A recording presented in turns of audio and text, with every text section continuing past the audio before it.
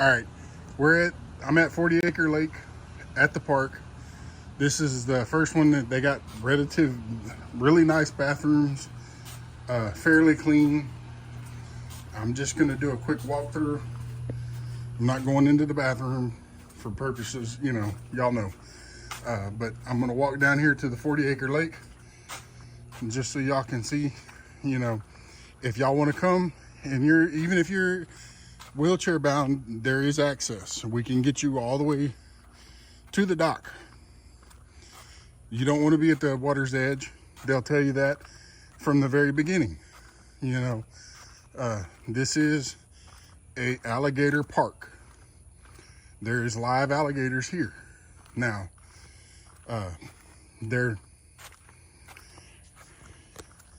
it's just part of nature, and we're here in Texas. Now, most of the ones here, they do have one that's close to 13 foot, but he is in his own little corner of the swamp, so to speak,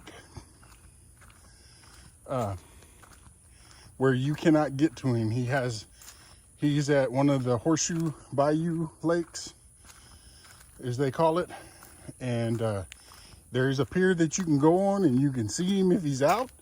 But if he's not out, you ain't gonna see him, You can't get anywhere near the water on the side that is open to the public part of the park. So you ain't gotta worry about him. I will say this, there's been many times that I've come down here walking, and you see these patches of grass right here and right here. I have seen 4 and 5 footers, even an 8 footer once that was just chilling up there sunning. Don't disturb him and he won't disturb you. Tree just fell. I don't know if y'all heard that. But these lilies, most of the time, with the exception of the drought that we had been in, the water will be all the way up to the top of those lilies. So the water is down right now. There's some of the wildlife. There goes an alligator right there. Don't know where he went.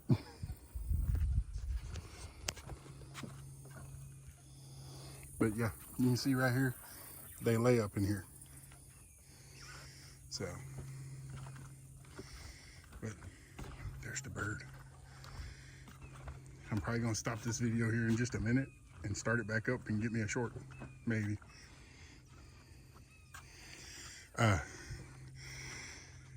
There is rumors that there is a big alligator snapping turtle in here that is probably about 4 to 5 feet in diameter.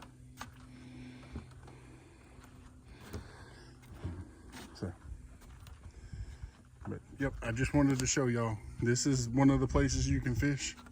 There's several spots throughout here you can fish, and you don't have to buy a fishing license. I just confirmed it in the office. It does not matter if you live in the state or not. Once you purchase your way into the park, you do not have to have a fishing license. You can fish out of state, in state, it does not matter.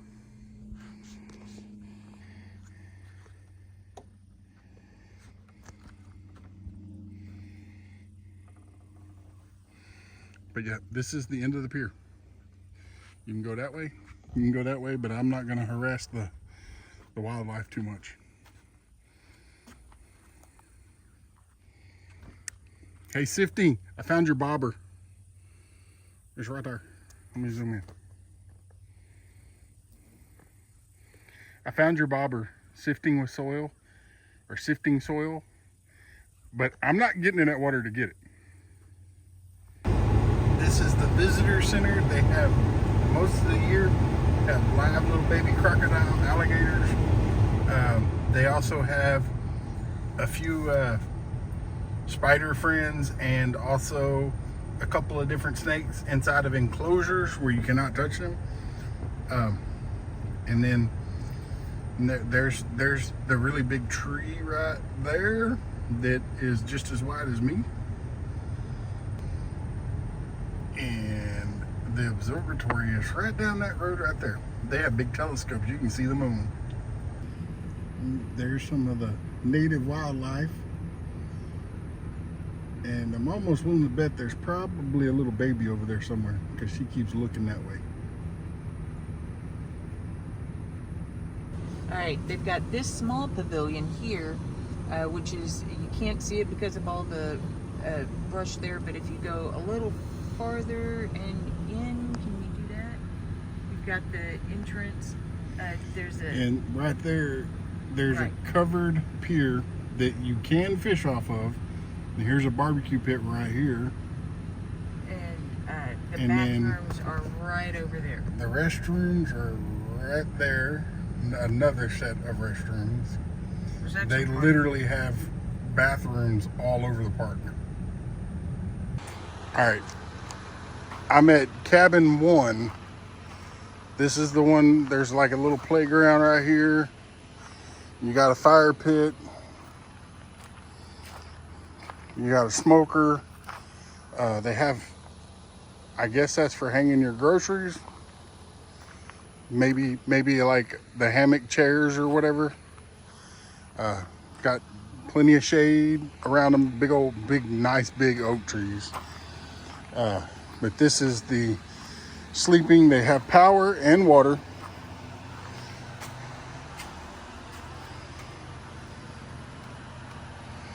You can see nice hardware cloth with screen. No smoking.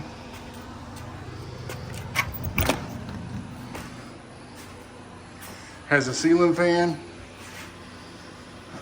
Fire extinguisher, important. Plug-ins. Got a broom and a dustpan, so when you make a mess, you can clean it up. But, I mean, it's 100 plus degrees feeling outside right now. And I'm standing in it with just a t-shirt. And not even hardly sweating. You can park up to 3 vehicles across and probably more than that behind them. But this is the one that we stayed at the last time we camped here, was in this one. And then Daz, hopefully you're paying attention, that one right there on the other side of those trees, that's the one that the guy said you're gonna want. So, but I'm gonna go over there here in just a minute and get a closer look. All right, Daz, this part's just for you. It's got nice little ramp. You can come around and go in.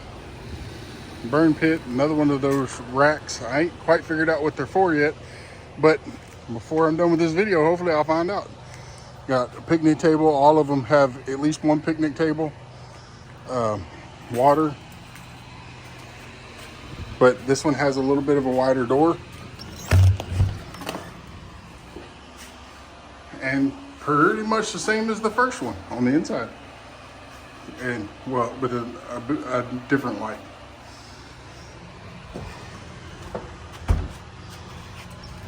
And then right across, this is the important part. You go down this path right here, and right over there is a nice big shower and restroom. So now, Daz, this one has accessible for a wheelchair as well. A nice concrete pad, the fireplace with the cooker on the fireplace. Cool. But this one has AC and a lockable door. But now I will say that it is much further from the restrooms. Now it's drivable. You know, you can still get to it. It's straight across the way here. I'll zoom in.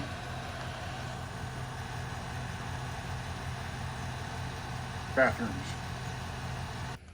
And this is what they call the dining hall, I believe. It's fairly big. And just gonna point this out, anywhere where the grass is mowed, you're allowed to go.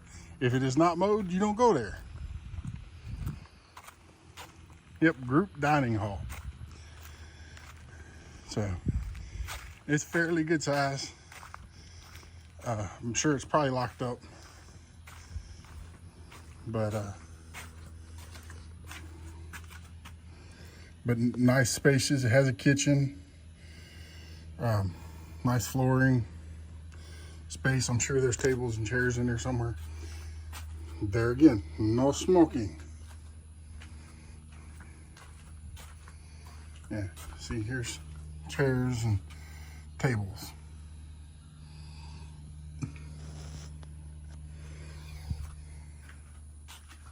And right out back here, there is several picnic tables, a huge fire pit,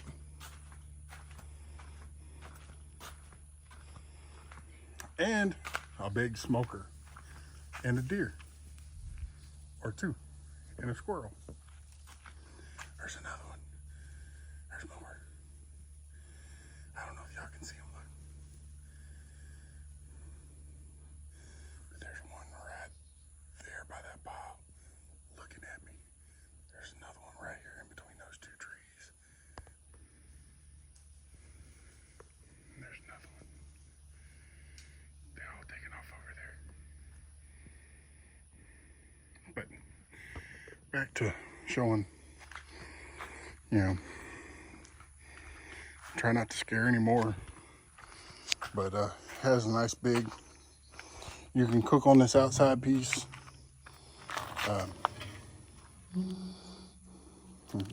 Fairly nice. I mean, people need to clean it out, but nice big noisy smoker. You build your fire back here, and people have been putting it inside there. But yep, nice. It's, you know, it's a warm day. The deer are still over there running, moving around. It's a warm day here in Texas right now, pushing probably 90 degrees, and it's comfortable. We've got a big, nice fire pit. Yeah. And that also brings me to the next part, you know, because you can get to it from the buildings, the cabins. You can come down from any one of them and come right across here. They have several cabins. I will say this, if you're gonna be getting one of their cabins, as soon as I dial down the date number, I would be starting to make reservations, because the guy said that, you know, you need to reserve them as quickly as possible so that they're available for you. So, and I will be coordinating more with him closer to the time once we establish the actual date that we're going to do it. I know we've established we're probably more than likely going to do it in May of next year. So, but we have not established exact dates. So I have to figure out where money is and how much it all is going to cost me. So, but one way you can help, by watching this video all the way to the end.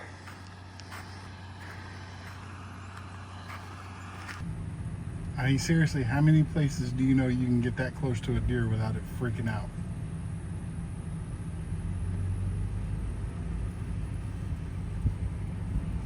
All right, I just wanted to end this here.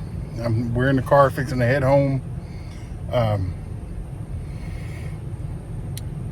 If you come to the meetup, you are welcome. Everybody's welcome. Hope to see you there. We can have fun. You can come for a day. You can come camp. They have cabins that you can rent. It's X amount per night. They have campgrounds, which is a set amount each night, as well as RV. Everywhere that you can camp has water and electricity. I think even the campgrounds has electricity. I know it has water.